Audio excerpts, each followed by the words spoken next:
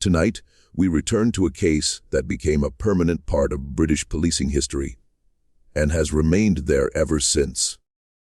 One woman, one investigation, one institutional consequence that fundamentally changed how England pursued its murderers. The story of Jane Jones begins in Roehampton, Surrey, in the spring of 1842. At that time, Roehampton was a prosperous village located to the southwest of London, still separated from the urban sprawl by open fields, market gardens, and the extensive grounds of large private estates. These had been established along its main lanes by wealthy merchants and landowners in the decades prior. The village had not yet been swallowed by the city. Its character in 1842 was semi-rural wide roads, substantial estates with long driveways and detached stable blocks, and a population made up of domestic servants, gardeners, coachmen, and the household staff of those who maintained country residences while keeping their commercial interests in London. Putney Park Lane, running through the southern part of Roehampton, was lined with precisely this kind of property. The estate of Quayshiel, a wealthy plantation owner originally from the island of Montserrat, occupied a significant stretch of the lane. Its grounds included a house, outbuildings, and a stable block set some distance from the main residence. It was in that stable block that the case of Jane Jones would find its official beginning, and it was from those same premises that a man would walk free on the night of Wednesday, the 6th of April, 1842, setting in motion a chain of events that would reshape British policing for the rest of the century. The historical record is almost entirely silent on Jane Jones as a person before the events of 1842. What can be stated with certainty, based on the surviving sources, is limited to a narrow set of documented facts. Her date of birth is not recorded in any primary source. Her place of birth is unknown. The names of her parents are not documented. Her early circumstances, her employment before the relationship that brought her to Roehampton, and the particular path by which she arrived in London are all absent from the surviving record. She enters the documented world in approximately October of 1839, when she took lodgings at number 18 South Street, in the district of Manchester Square, London. That address was a lodging house of the kind that housed the working poor and those in domestic service. A place of modest means, not destitute, but without particular distinction. Beyond these facts, the record offers nothing of her early life. What is documented is her appearance, as recalled by those who knew her and testified on that knowledge during the proceedings that followed her death. Witnesses described her as a plump person and rather dark in complexion. No further physical description survives. No documents relating to her education, her religious practice, or her social connections prior to 1839 have been found. She came to the attention of the record as a lodger on a particular street in a particular year, and in no other capacity before her death. Shortly after taking her lodgings at Manchester Square, Jane Jones entered into a domestic arrangement with a man named Daniel Good. The precise circumstances of their meeting are not documented in the sources. Within about 6 months of her arrival at South Street, she had begun to use the name Jane Good, adopting his surname in the manner common among working-class couples who lived together without the legal formality of marriage. This arrangement was neither unusual nor remarkable in the London of 1839 and 1840. Legal marriage was expensive and administratively complex for those without means. Adopting a partner's surname provided social intelligibility, even without legal standing. Jane Jones lived under the name Jane Good for roughly 3 years prior to her death. She is charged in the court record under that alias. She is known to history under her birth name. If you find value in stories preserved this way, consider liking the video and subscribing to the channel. and let me know in the comments where you're listening from. Now, back to the record. Daniel Good was employed at the time of his relationship with Jane Jones as a coachman to Quay Shield at the Putney Park Lane estate in Roehampton. He had held that position for just over 2 years before the spring of 1842. His duties centered on managing the ponies that drew Shield's fort, wheeled chaise, and on maintaining the stable block and associated outbuildings. The coachman occupied a particular position within the hierarchy of domestic service. Responsible, trusted with the care of horses and vehicles of considerable value, and possessed of a degree of autonomy over the stable precincts that set him apart from household servants who worked under closer supervision inside the main house. Daniel Good's access to an authority over the stable block at the Shield estate was a function of his professional role. The buildings were his domain, and what occurred within them at night was in practice largely beyond the observation of those in the main house. Good was Irish, born, described in contemporary accounts as an Irish coachman. He stood 5 feet 6 inches tall, with a very dark complexion, long features, and black hair. He was notably bald at the crown of his head, a physical feature that would prove consequential in the weeks ahead. His domestic situation at the time of his employment with Shield was complicated by the existence of a legal wife, known in the record only as Molly, from whom he was estranged and who resided at an address in Spitalfields, in the east of the city. Good used his estranged wife's address for certain purposes while conducting his domestic life with Jane Jones at and near the Roehampton estate. No documentation relating to Molly's full name or to the precise circumstances of the arrangement has been identified. The marriage was a legal fact, and its existence meant that Jane Jones could not be Good's lawful wife, regardless of the name she used or the domestic arrangements she maintained. The relationship between Jane Jones and Daniel Good had been in place for approximately 3 years by the opening months of 1842. During that period, they had lived in close proximity, she under his adopted surname, he presenting her publicly as his wife. By early 1842, however, Good had turned his attentions toward a third party. Lydia Susanna Butcher was approximately 30 years of age, a single woman residing with her parents in the town of Woolwich, southeast of London. The nature of the prior connection between Good and Lydia Susanna Butcher is not established in the surviving sources. What the trial record documents is that Good had recently directed his attentions toward her, and that this had introduced friction into his domestic arrangement with Jane Jones. Whether he intended to pursue a formal relationship with Lydia Susanna Butcher or to seek some form of remarriage following a separation from Jane Jones is not definitively established. What the trial record reflects is that the relationship with Lydia Susanna Butcher was a material element in the motive subsequently attributed to Good for the killing of Jane Jones. Some accounts also state that Jane Jones may have been with child at the time of her death. This detail appears in a number of secondary sources, but is not uniformly confirmed across the primary materials. It should be understood as contested rather than established, and is treated accordingly here. The last known movements of Jane Jones before her death are not preserved in any documentary source from the period. The date of the killing, on or about the 3rd of April, 1842, was Easter Sunday.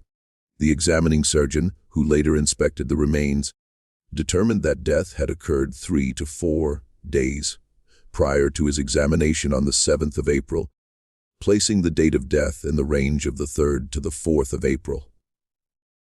The 3rd of April is the date accepted in the secondary literature.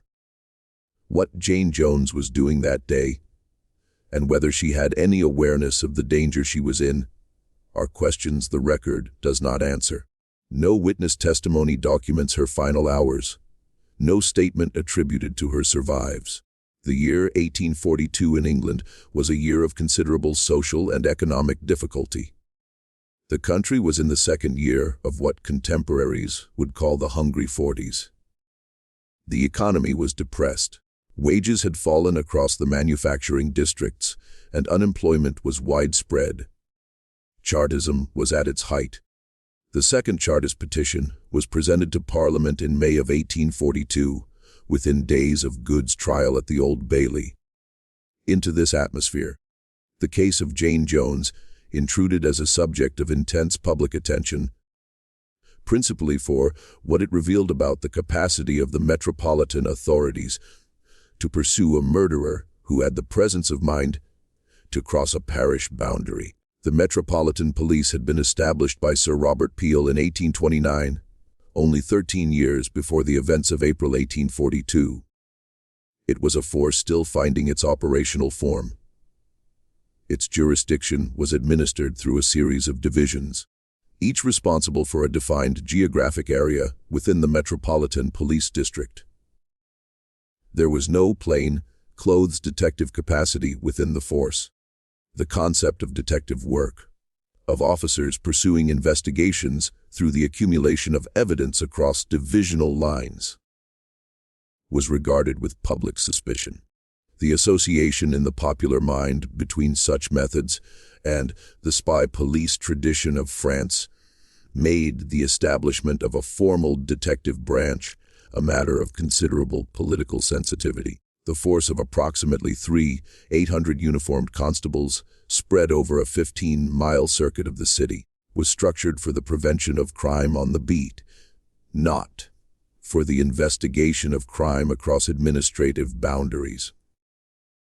The consequences of that structural arrangement would become apparent in the weeks following the discovery of what lay beneath the hay in the stable at Putney Park Lane.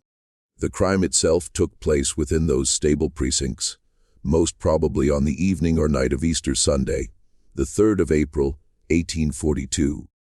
The precise sequence of events inside the stable that night is not documented with a degree of certainty that permits confident narration of each step.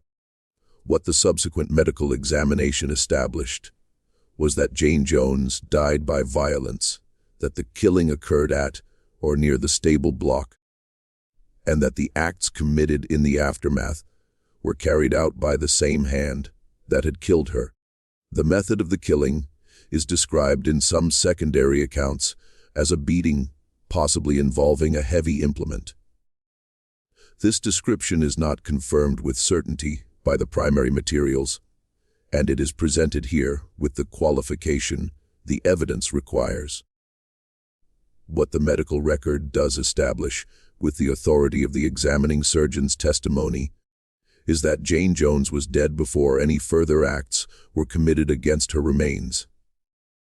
Following her death, Daniel Good dismembered the body. The head was separated from the torso. The arms and legs were separated from the torso. The stomach had been opened. Good then attempted to burn the remains within the stable itself. The attempt was only partially successful.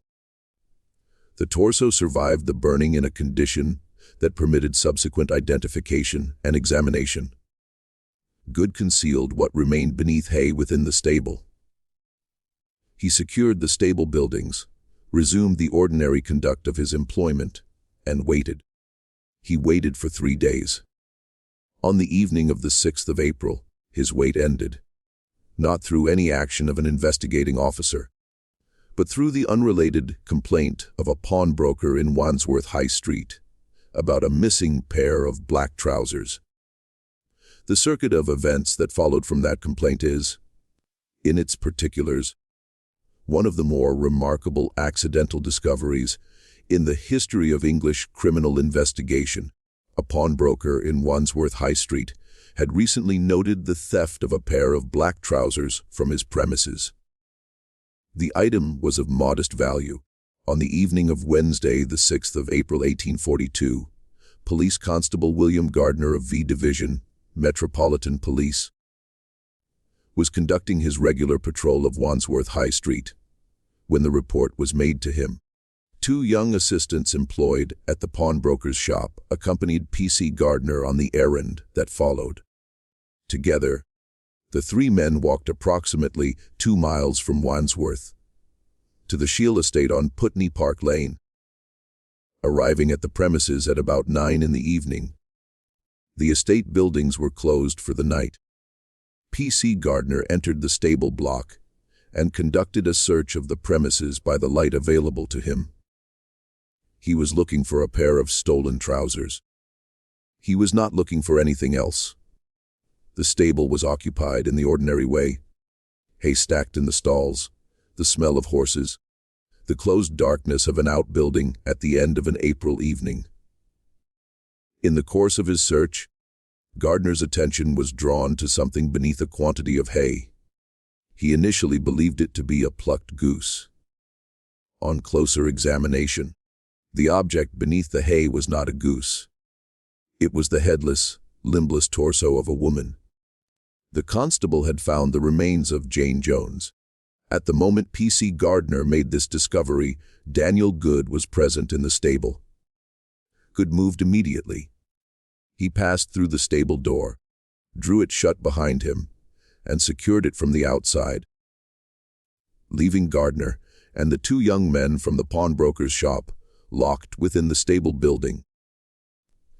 The three men were enclosed in a locked-out building in the dark, in the grounds of an estate 2 miles from the nearest station, with the partial remains of a murdered woman at their feet. They were eventually able to force their way free and raise the alarm.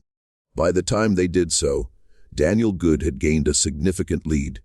The discovery on the evening of the 6th of April, 1842, ended the concealment. It did not end the matter. Good was gone, and the machinery available to bring him back was, as events would demonstrate, entirely inadequate to the task. 9 divisions of the Metropolitan Police were set in motion following the alarm raised by P.C. Gardner and his companions. Officers fanned outward from the Shield estate in the immediate hours following the discovery. The search extended through the night and into the following days. Those directing the effort were working with no specialist detective capacity, no plainclothes investigative apparatus, and no mechanism for transmitting coordinated intelligence across the administrative boundaries that divided the Metropolitan Police District into its constituent divisions. They were also working against the fundamental reality that Good had crossed, or was in the process of crossing, those boundaries almost immediately after his departure from the estate. Commissioner Richard Maine, recognizing the seriousness of the situation, called Inspector Nicholas Pearce from A Division. Inspector Pearce was the officer within the Metropolitan Police judged best qualified for the management of cases of this nature. His involvement gave the pursuit a degree of senior direction, but it did not resolve the structural problem. Good was consistently 1 day ahead of his pursuers. The trail led from the Shield estate at Roehampton to Spitalfields, where Good had connections through the address of his estranged wife Molly. From Spitalfields, investigators traced his route southeast toward Deptford, and from Deptford toward Bromley. At Bromley, the trail passed beyond the boundary of the Metropolitan Police District and into the county of Kent. Once Good had crossed that line, the Metropolitan Police had, in the words of the memorandum that would subsequently be drafted in response to this failure, no means of getting immediate cognizance of him. The investigation had extended its reach as far as the administrative structures of 1842 permitted. Beyond that limit, there was nothing. Statements were taken from those who had known Jane Jones, from individuals connected to the estate at Putney Park Lane, and from witnesses who could speak to Good's movements and domestic arrangements in the period before the crime. Those statements established the nature of the relationship between Good and Jane Jones. the existence of Lydia Susanna Butcher in Woolwich, and the domestic history of the household. They established where Jane Jones had lived, under what name she had lived, and the approximate duration of her connection to Good. They did not locate Good. A physical description was published and distributed. Good's appearance was set out in precise terms: 5 feet 6 inches tall, very dark complexion, long features, black hair, notably bald at the crown of the head. This description was circulated through the press and through the official channels available to the police. The Illustrated London News, a new publication that had appeared only weeks earlier, published it with particular prominence. The public was invited to assist in the identification of the fugitive. The publication of Good's description was the principal investigative tool available. It would, in the event, prove to be sufficient, but not through any action of the Metropolitan Police in active pursuit. The investigation had now extended across more than a week without effecting an arrest. The press had taken notice. The Times carried extensive reports on the case throughout the manhunt, covering each development, each sighting, and each failure to apprehend. Public commentary was explicit in its censure of the Metropolitan Police for its inability to pursue a murderer across divisional lines. A force of approximately 800 men spread over a 15-mile circuit of the city, the papers noted, had been bested by a single fugitive with a head start and the presence of mind to keep walking. The reputational damage to the Metropolitan Police, already a force viewed with some suspicion by sections of the public, was considerable. The arrest of Daniel Good did not come through police work in the conventional sense. Good had, during his flight, adopted the alias James Connor. He had traveled through a series of locations across southeast England, passing through a public house in Tonbridge, Kent, known as the Bull, where he gave his assumed name. He subsequently found employment as a laborer on a building site near Tonbridge railway station.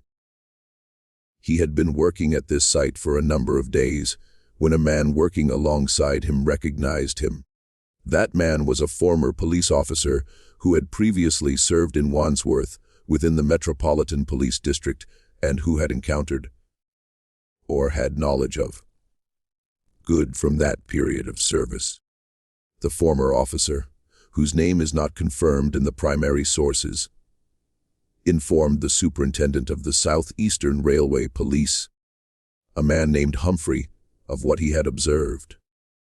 Superintendent Humphrey arranged for Good to be brought to the Angel Inn, situated at the corner of Bale Road and High Street in Tonbridge, under the pretext of an offer of refreshment. Good accepted. He entered the Angel Inn and sat by the fire. When he removed his cap, the distinctive bald crown of his head was visible.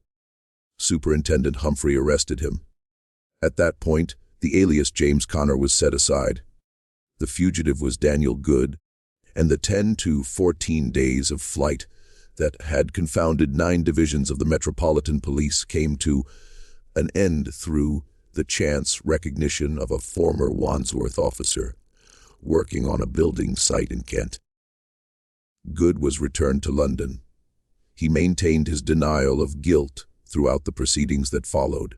The medical examination of the remains of Jane Jones had been conducted in the days immediately following P.C. Gardner's discovery on the 6th of April.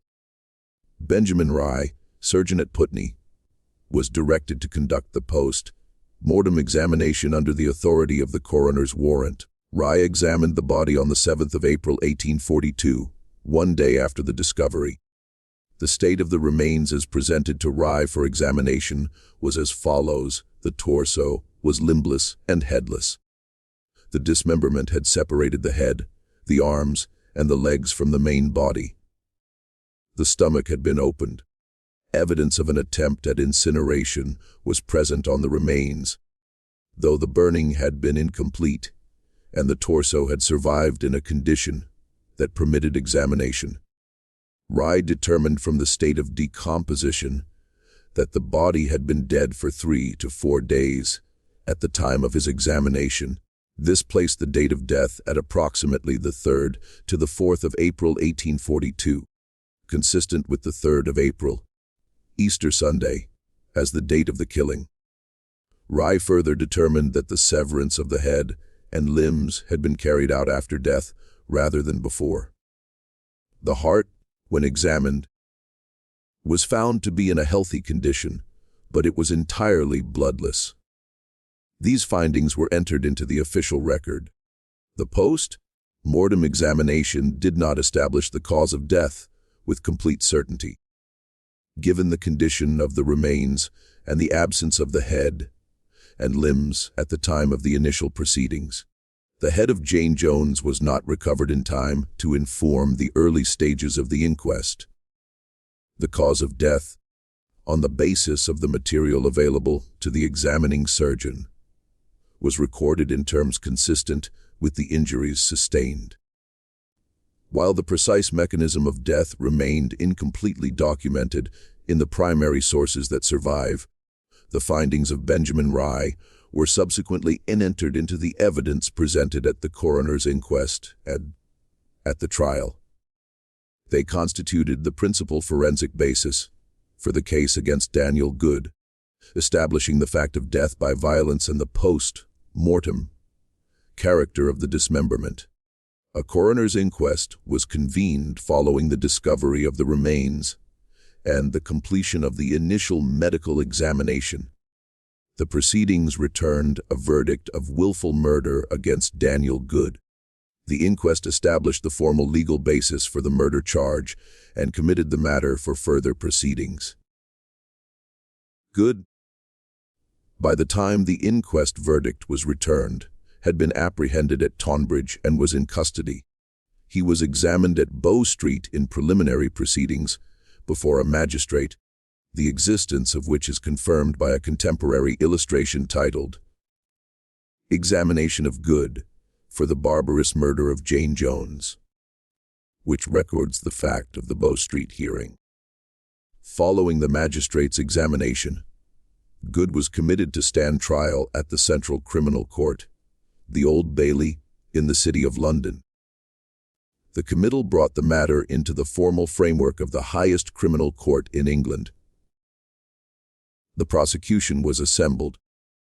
The evidence gathered during the inquest and the investigation, including the medical testimony of Benjamin Rye, the witness statements relating to Jane Jones's domestic history and her connection to Good, and the circumstances of Good's flight and arrest under an alias, was prepared for presentation at trial. The hearing at the Old Bailey was fixed for the May session of 1842. The case had, by the time of Good's committal, generated a level of public interest and press coverage that exceeded that of most criminal proceedings of the period. The Times had followed the matter from the discovery of the body through the manhunt and into the arrest. The Illustrated London News, the recently established illustrated newspaper that had begun publication only in the weeks prior to these events, had given the case prominent coverage. The public was following developments with the sustained attention that the press was both feeding and reflecting. The question of whether Daniel Good would be found guilty of the willful murder of Jane Jones, the woman he had presented to the world as his wife, was a question that London was waiting to have answered. The investigation was now complete in its essential elements. The body had been examined. The inquest had returned its verdict. The suspect was in custody. The committal had been made. What remained was the trial. The trial of Daniel Good commenced at the Central Criminal Court, the Old Bailey in London, on the 13th of May 1842, within the session that had opened on the 9th of May. The presiding judge took his place on the bench. The prosecution was conducted by a barrister named Gurney. The charge against Daniel Good was stated as the willful murder of Jane Good, alias Jane Jones.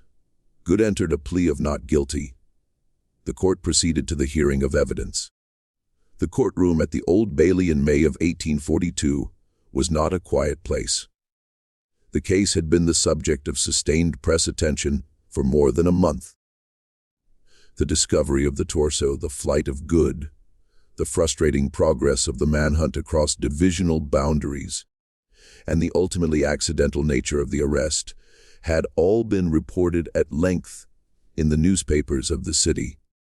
The Illustrated London News had published Good's portrait in its pages with a prominence that reflected the public appetite for the case. Those who attended the proceedings came with a knowledge of the broad outline of events that was unusual even for a notable criminal trial.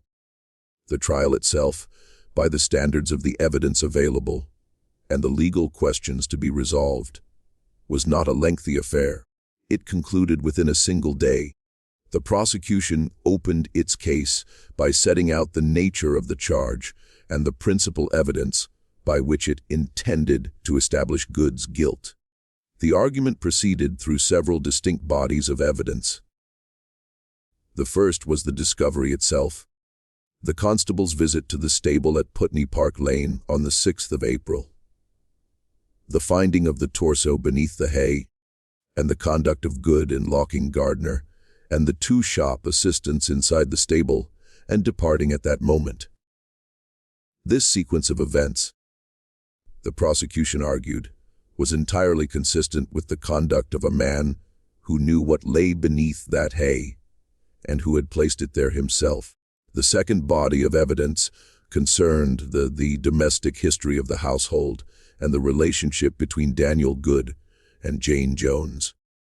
Witnesses were called who could speak to Jane Jones's residence under the name Jane Good, her presence at or near the Putney Park Lane estate, and her connection to Daniel Good over the preceding 3 years.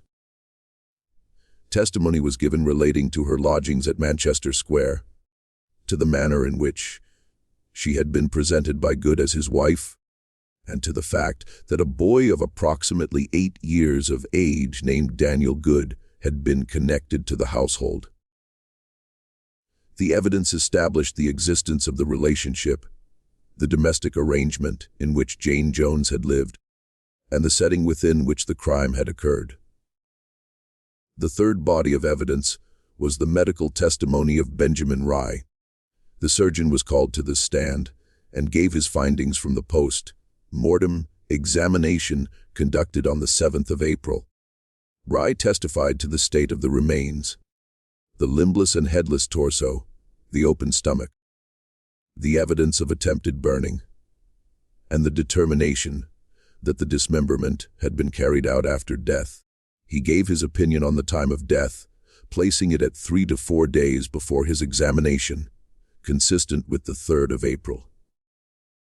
The heart, he testified, had been in a healthy condition, but was entirely without blood, a finding he set before the court as part of his account of what the remains disclosed. These findings were entered into the record and went to the jury as the principal forensic basis for the prosecution's case. The fourth element of the prosecution's case was the conduct of the defendant following the discovery. Good had fled the estate at the moment of P.C. Gardner's discovery, locking those present inside the stable to gain time. He had then traveled from Roehampton to Spitalfields, then to Deptford, then to Bromley, and on into Kent. Assuming the alias James Connor and finding employment on a building site near Tonbridge Station. His arrest had come only through the chance recognition of a former police officer working at the same site. The prosecution presented this sequence of flight, concealment, and the assumption of a false identity as conduct consistent with guilt and inconsistent with any innocent explanation of the circumstances in which the body of Jane Jones had come to be found beneath the hay in the stable over which Good had charge. The defense did not challenge the evidence of the discovery or the medical findings. Good's position, as it emerged in the proceedings, was not that Jane Jones had not died in the stable, nor that her body had not been found there. His position was that he had not killed her. The specific argument he advanced was that Jane Jones had taken her own life, and that the conduct of Lydia Susanna Butcher had been the cause of her doing so. The medical evidence did not support this claim. The post-mortem findings, as testified to by Benjamin Rye, were inconsistent with suicide as the cause of death. The jury was asked to accept an account that the evidence before the court did not sustain. Witnesses called during the proceedings also spoke to the existence of Lydia Susanna Butcher as a presence in Good's recent life, and to the friction that her existence had introduced into his arrangement with Jane Jones. The emerging picture was of a man who had wished to be free of one domestic connection in order to pursue another, and who had resolved the difficulty through the killing and subsequent disposal of the woman who stood in his way. The jury retired to deliberate following the conclusion of the evidence and the addresses of counsel. The deliberation was brief. Contemporary press reports described it as lasting approximately half an hour, with one account placing the duration at 35 minutes. The brevity was noted in the newspaper coverage of the day. The jury returned to the court and delivered its verdict. The verdict was guilty. The conviction was entered into the record of the Central Criminal Court. The prosecution's case, resting on the combined weight of the discovery, the medical findings, the domestic history, and the conduct of the defendant in flight, had been accepted by the jury in its entirety. The defense argument that Jane Jones had taken her own life was not accepted. The evidence had not supported it, and the jury had not found it persuasive.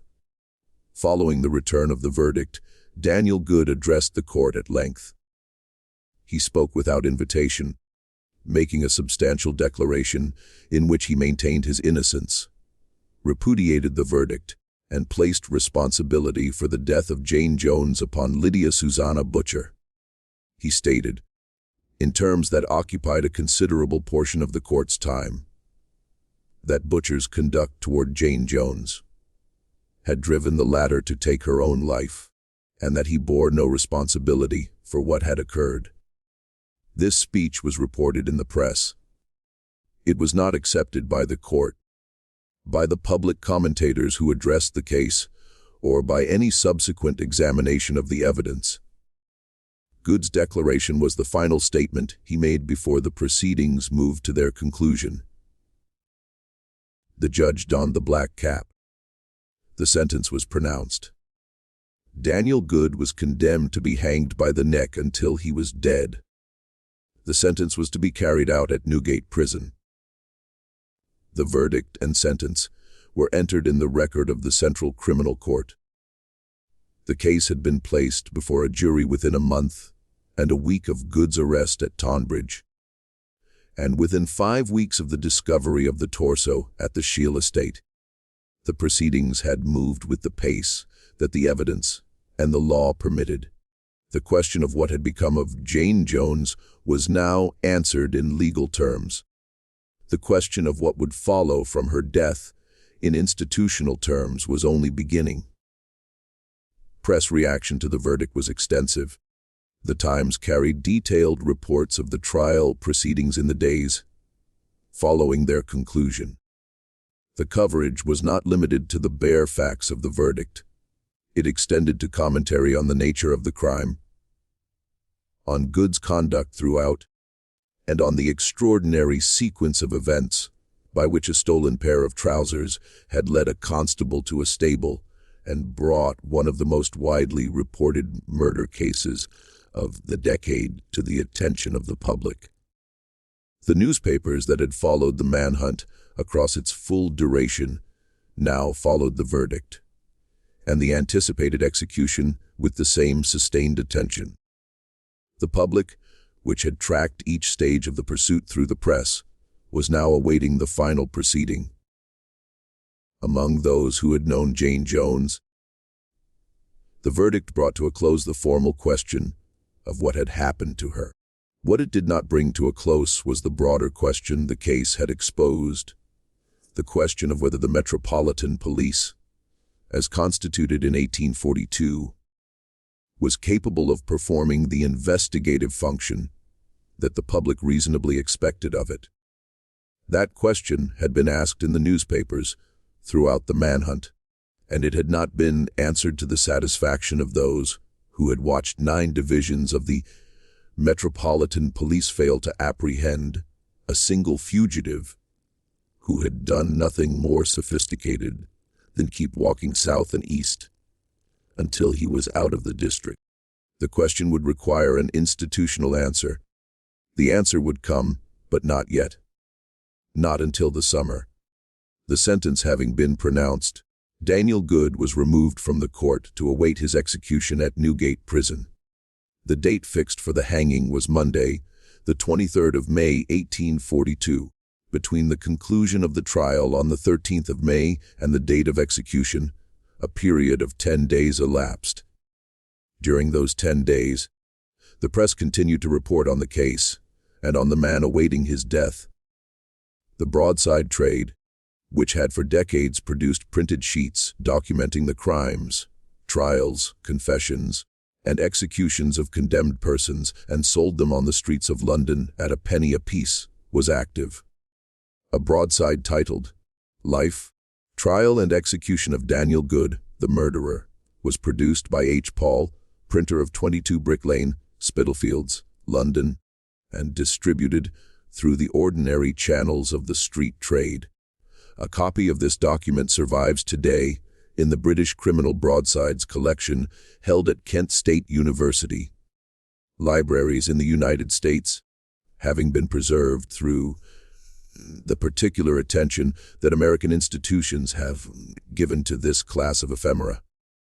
The broadside trade was in 1842 the principal popular medium through which condemned persons passed from the newspaper into something closer to legend. Daniel Good was given that treatment in the days before his death. The Illustrated London News, which had been established only weeks before the discovery of the murder, published a portrait of Good in its second ever issue, dated the 21st of May 1842, 2 days before the execution took place. The significance of this publication extends beyond its immediate subject. The Illustrated London News was the first illustrated weekly newspaper in Britain, a new form of journalism in which engraved images accompanied the printed word in a combination that would define popular press culture for the remainder of the century. Its second issue was given over in part to one of the most notorious criminal cases of the year. The relationship between the illustrated press and the sensational criminal case was established in this instance in the very earliest weeks of the new publication's existence. Good's portrait, distributed across the readership of the Illustrated London News 2 days before his death, ensured that his face was familiar to a public that had already been following his case for more than 6 weeks through the printed word. The execution was carried out on Monday, the 23rd of May, 1842 at Newgate Prison. The hanging was public, conducted outside the prison walls in the manner that had been standard practice in England for centuries and would continue to be standard practice until the abolition of public executions in 1868. A crowd assembled to witness the proceedings. Public executions in London in 1842 drew crowds of considerable size, and the execution of Daniel Good, whose case had occupied the press and the public for the better part of 2 months, was attended accordingly. Contemporary reports describing the crowd's conduct at the execution record that those assembled assailed the condemned man with considerable hostility. The atmosphere was not that of a spectacle enjoyed with detachment, but of a crowd that had formed a settled view of the man on the scaffold and expressed it with directness. The execution was carried out. Daniel Good died at Newgate on the 23rd of May 1842 by hanging. He was buried within the precincts of the prison, as was the practice for executed prisoners at Newgate, though the specific burial record has not been confirmed in the sources recovered. The death of Daniel Good closed the criminal proceedings that had begun with P.C. Gardner's discovery at Putney Park Lane on the 6th of April. It did not close the public conversation about what the case had revealed. The Times, which had been the most prominent and sustained chronicler of the entire sequence of events, had throughout the manhunt given space to commentary on the adequacy of the Metropolitan Police as an investigative body. That commentary did not cease with the execution. The question of how a single fugitive had stayed ahead of 9 divisions of the Metropolitan Police for 10 days to a fortnight, crossing a jurisdictional boundary that had effectively halted the pursuit, was not a question that the execution of the fugitive had answered. It was a question of institutional capacity, and it required an institutional answer. The answer came in stages. On the 14th of June 1842, Commissioners Richard Mayne and Sir Charles Rowan addressed a formal document to the Home Secretary. The document was titled Memorandum Relative to the Detective Powers of the Police. It set out, in the language of administrative correspondence, the problem the Good case had exposed. The police, the memorandum stated, had in the Good case been unable to maintain effective pursuit of a suspect who had moved beyond the boundaries of the Metropolitan Police District because the force had no means of getting immediate cognizance of him once he had crossed those boundaries. The memorandum proposed a remedy. 2 detective inspectors and 8 detective sergeants, selected from among the best officers within the force, were to be drawn from their divisional duties and constituted as a new branch of Scotland Yard. These officers would be dedicated to the investigation of serious crime. They would operate in plain clothes. They would work across divisional boundaries. They would, in short, be detectives in the formal and institutional sense of that word, carrying out the work that the Good case had demonstrated could not be done by the existing structure. The memorandum of the 14th of June was the document that created what became known as the detective branch of the Metropolitan Police. The formal announcement of the branch's creation appeared in the Metropolitan Police Internal Police Orders on the 15th of August, 1842, 4 months after the discovery of Jane Jones's remains in the stable at Putney Park Lane. In its final established form, the detective branch comprised 2 inspectors and 6 sergeants, a slight reduction from the 8 sergeants proposed in the memorandum. Inspector Nicholas Pearce, who had been called in by Commissioner Mayne to lead the investigation in the wake of the discovery at Roehampton, was appointed to head the new branch. He was, in this respect, the first Chief of Scotland Yard's detective function. Inspector John Haynes, a 10-year veteran of the Metropolitan Police who had formerly worked as a chemist, served as the second inspector in the branch. Several of the detective sergeants appointed to the new branch had been involved in the investigation that had followed the discovery of the murder. The detective branch of 1842 was the first dedicated detective unit in the history of British policing. It is this fact, rather than any particular feature of the Good case itself, that gives the case its claim on British institutional history. Prior to its creation, the Metropolitan Police had no capacity for plain clothes investigative work. The resistance to such a capacity had been cultural as well as organizational.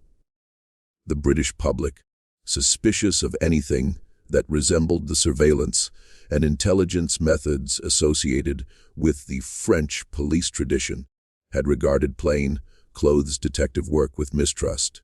The parliamentary and public debate around the establishment of the Metropolitan Police in 1829 had been shaped in part by reassurances that the new force would operate openly in uniform on the beat and would not conduct the kind of covert inquiry associated with continental practice.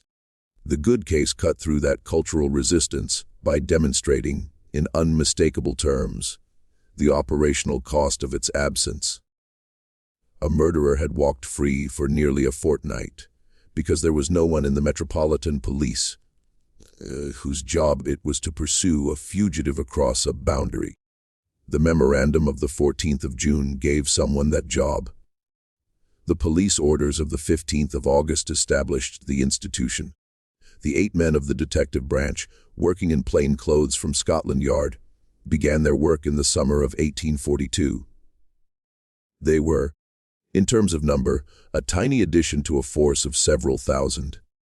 In terms of function, they represented a structural change in how British policing conceived of its relationship to the investigation of serious crime. The branch would grow in subsequent decades. The detective branch would eventually become the Criminal Investigation Department, established in its modern form in 1878, and the CID in various forms has continued in operation within the Metropolitan Police from that day to the present. The institutional lineage that connects the 8 men appointed to Scotland Yard's plain clothes detective function in August of 1842 to the structures of British criminal investigation as they exist today is unbroken. That lineage begins with the memorandum of the 14th of June 1842. The memorandum begins with the failure to catch Daniel Good. The failure begins with the discovery of Jane Jones. The cultural persistence of the case rests almost entirely on this institutional consequence. Rather than on the person of Jane Jones herself, the broadsides and newspaper coverage of 1842 passed, as such coverage always passed, into the archive. The case entered the literature of British policing history. In the decades that followed, appearing in accounts of the origins of Scotland Yard's detective function and in histories of the Metropolitan Police written from the mid-Victorian period onward. In the present century, the case has been the subject of sustained scholarly and popular treatment, principally through the research of Dr. Angela Buckley, whose work under the title The Murder That Created Scotland Yard represents the most rigorous secondary treatment of the case yet published. The case has been noted by the Tonbridge History Society in recognition of the town's particular role in Good's arrest. It has been discussed in publications concerned with the history of British crime and policing, and it appears in all standard histories of the Metropolitan Police as the formative case in the creation of the detective function. Jane Jones does not appear in those accounts as a person. She appears as an occasion. The case, in the way it has been remembered and discussed, is the case that created Scotland Yard's detective branch. It is named technically for its victim. It is remembered for what it produced in the way of institutional consequence. The woman at the center of it, whose name the case bears, remains almost entirely undocumented as an individual. Her origins are not known. Her family is not known. Her age is not established. Where she was born, where she was raised, what her life had been before the lodging house at Manchester Square in 1839. None of this is recoverable from the surviving record.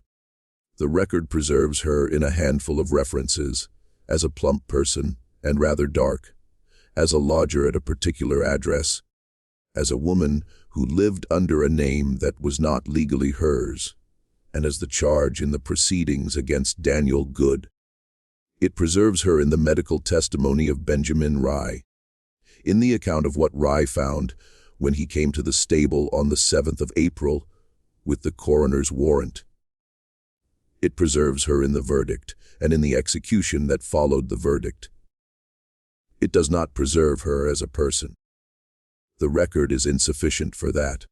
The burial place of Jane Jones has not been established in any source recovered. Whether the remains that Benjamin Rye examined, the limbless and headless torso recovered from beneath the hay in the stable at Putney Park Lane, were ultimately interred somewhere, and if so, where is not documented. The record ends before that question is answered. The case of Jane Jones closes the record examined here. The conviction was entered. The execution was carried out in 1842. The case became part of the national record.